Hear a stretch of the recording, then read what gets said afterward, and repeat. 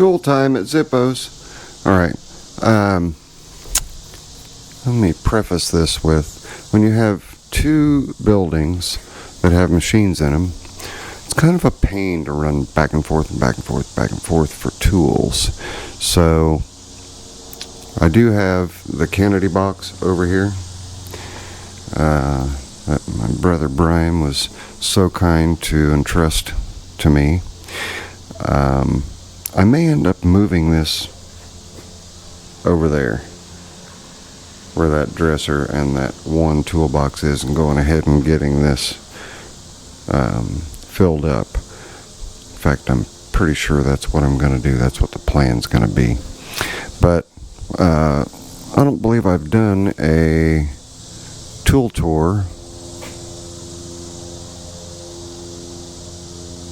in the garage for a while. So what do you say we do one? Let me get the camera set up somewhere where it's I can just hold the camera, no big deal. Just like on Big Red, got a tape measure hanging on the side so that I've got it at the ready. Mr. Major Sir sent me this flashlight, and I use it all the time out here. Of course, I have the Braun rechargeable. This is a fantastic flashlight and stays charged for eons. Has a magnetic base, as you saw, because I just took it off of there. But this comes in super handy. I use one of the handles on the toolbox just to hold my rags and my speed detailer, because when you got motorcycles, you gotta kind of try to keep them clean. Just every once in a while, things will just get piled up here, and then I'll go through and get it cleaned off. But here's the Yamaha impeller that I need to put in the water pump of the pontoon boat, which I mentioned either on the video after this or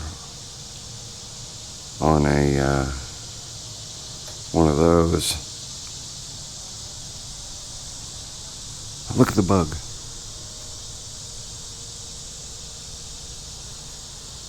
Yeah, I got distracted. Sorry about that. Anyway, I even forgot what I was talking about. I've got a couple of magnetic strips that I've not mounted to anything yet. I'll get those mounted so I can have some tools handy and at the ready. Probably on the Kennedy box back there. Let's get in the top drawer. And yeah, I try to keep things organized no matter where I go, right? So I have my standard reversible cobalt wrenches here, set of picks, series of different types of drivers, and also specialty tools like the panel remover. I've got my metrics back here, and then just a smattering of random wrenches in the back. That takes care of that drawer. This drawer has my universal-ish standard and metric socket. This is the metrics, these are the standards, and then this is just a, I don't know how I wound up with that, but this works with these. They both interchange.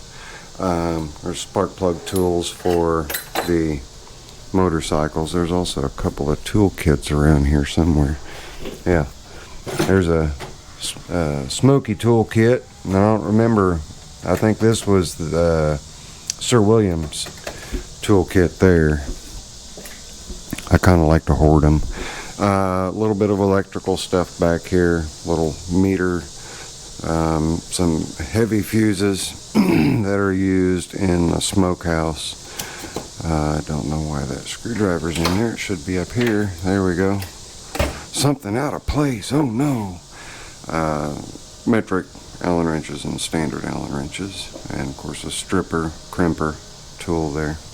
Takes care of that drawer. This drawer has got the really big Williams 18-inch, and that thing just, it's a thing of beauty.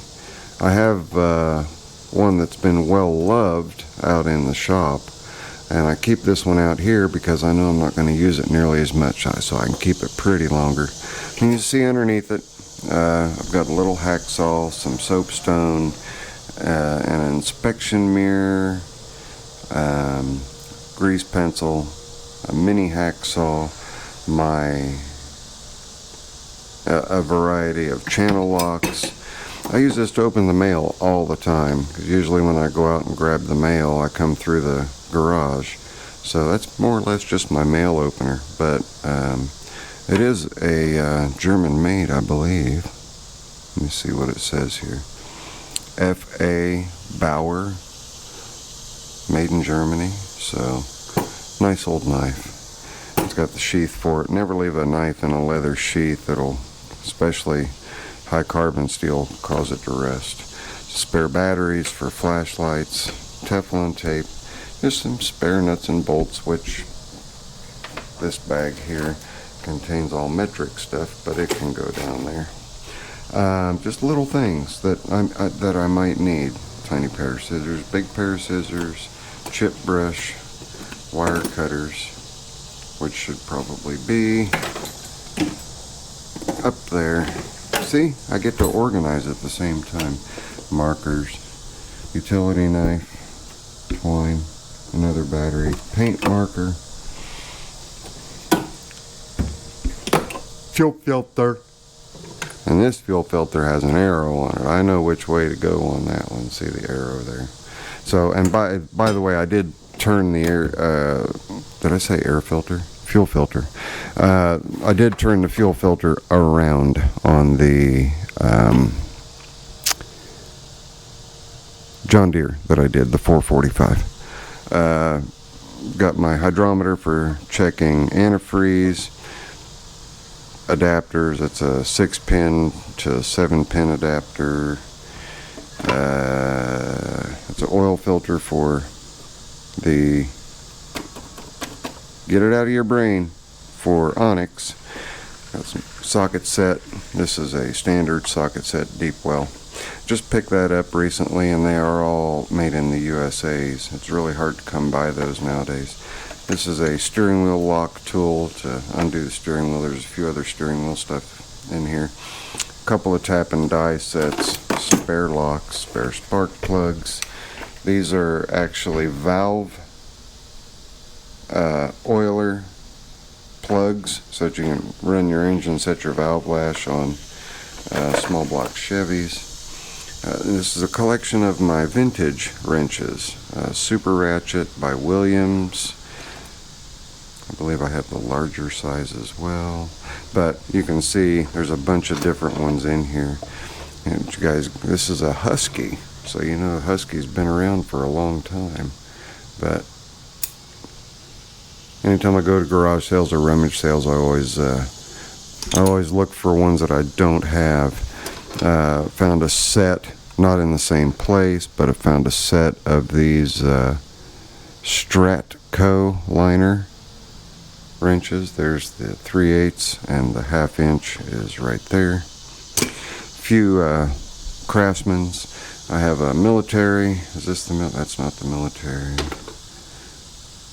There's the military snap-on with no chrome plating, and this one has no chrome plating, but it doesn't have the designation for military, so not sure what happened there. I've got some Allen wrenches, gasket scraper tool, some other scrapers and pry bars, and a tire.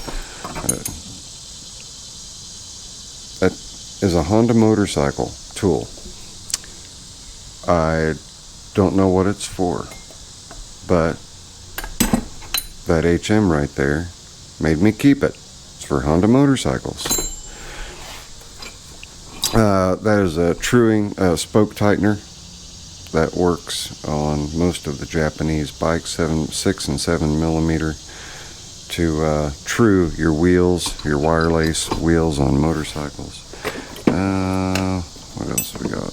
And some later model Craftsman's in here as well, but still USA made. Got to keep that USA made stuff. Little speed wrench that also has capability for 1/4 inch bits. I've got a bunch of 1/4 inch bits. here, and here. Some extensions. A distributor tool for my two GMT 400 trucks, which is the designation of those trucks, GMT 400. This was my spring pulling tool that snapped off. The end of it snapped off on me. And I tried to warranty it. Master Force had a lifetime warranty from Menards. Yeah. They don't make it anymore. It is no longer available. So, excuse me guys. It has a lifetime warranty. Why can't I get a replacement? Anybody there answer me that question? So, that pretty much takes care of that. These are steering wheel tool kits as well. For changing out different types of steering wheels. I need to bring a roll of paper towels out, but I have my blue towels. I have a tub full of matchbooks, vintage matchbooks. Lots and lots and lots of matchbooks. Anybody out there collect matchbooks? Look, there's even a Chi-Chi's. How long has it been since you've seen Chi-Chi's? Been a day or two, huh? There's a Japanese steakhouse, hot sandwiches, soup, salads, beers, drinking cocktails, grog shop. But Luby's, wonder if that's related to Ruby Tuesdays. The Skipper's Galley, Chowder's Riviera from Las Vegas, Island Fish House from Hawaii. Wow, that's pretty neat. And it's in a glass jar. Miss Zippo was going to give those to the, come on brain, function, the local ministry, but I was like, no, there's people that collect matchbooks, so I decided to hang on to them, and as of yet have done nothing with them. Anytime that I mow, I always have my headphones on with my what's becoming vintage little iPod, and it's no longer compatible with anything, so when the battery finally decides it is finished, all the songs that are on there are gone forever, which is gonna suck. I do have them on the computer, but at any rate, so that's what we've got in the way of tools. All I've got really in here is just gardening stuff, nothing real major as far as that goes. I talked in another video about the bracket that my tire pressure gauge was connected to, and it was mounted right there. When you would turn the handlebars to the full position, you can see where the paint's wore off there. That's where it hit the windshield. Brand new windshield. And those marks were already on it, so I was like, well, that thing definitely needs to get relocated. So it went down there. And it works great, by the way. As far as other tools that are in the garage, that toolbox down there is another Kennedy. It's also empty. That's a mechanic's toolbox, not a machinist toolbox. And more than likely, the machinist toolbox up on the Kennedy stack there will get replaced by that box. That box will go there. A lot of the woodworking stuff is over here. In fact, almost all of it. I have a little bit over at Miss Zippo's, but the rest of it is here. And it includes just about anything and everything that you would need to make just about anything and everything out of wood, with the exception of like my oh wait, no, I do have one in here. Sawzall right there, Milwaukee Sawzall. And no, that's my 75th anniversary. That's not the one that was that I got the exchange on. That one's out in the garage, or out in the shop. Portable air tank over there, but loaded in Sylvester right now is a little mini air compressor that I have over here. And I've had a lot of interest in the power hacksaw. I'm currently working with a guy. We'll see if it's going to pan out on whether or not he gets it. First sale fell through. It's typical when you're working with Facebook Marketplace or anything like that. Of course, my tiller's sitting here. No tools up here. spare stereo, because I do have tunes everywhere I go. There's a stereo up there. But I've got my router shaper here, which just has a router mounted to it. You can also buy a router shaper that has reverse on it, because shapers rotate in the opposite direction. I don't know if you guys remember the old baby blue, my 2000 Chevy S10 Extreme, but it had the slide out bed in it. I kept the slide out bed, so the slide out bed's back there. Also, I have a bunch of bar clamps, whole bunch of bar clamps for securing wood together, my straight edge, my 8.5 foot long straight edge for when I'm using the circular saw. Just pretty much everything. Radial arm saw, table saw, small portable router. Out of view down behind the snowblower is my planer. It's a 12-inch Ryobi planer, I believe, if memory serves. It's been a while since I've looked at it. But I pop that stuff out every once in a while. You guys saw Ms. Zippo making her cutting boards. We had all this stuff out. It's not that difficult to do. Just move stuff out of the way. Some more bar clamps laying down over here. That bracket that is sitting there was actually for this portable router table to use one of those Black & Decker stands that I use as an engine stand out in the shop. I have another one sitting here that I paid $5 for at a rummage sale. Oh, let's see. What else do we have?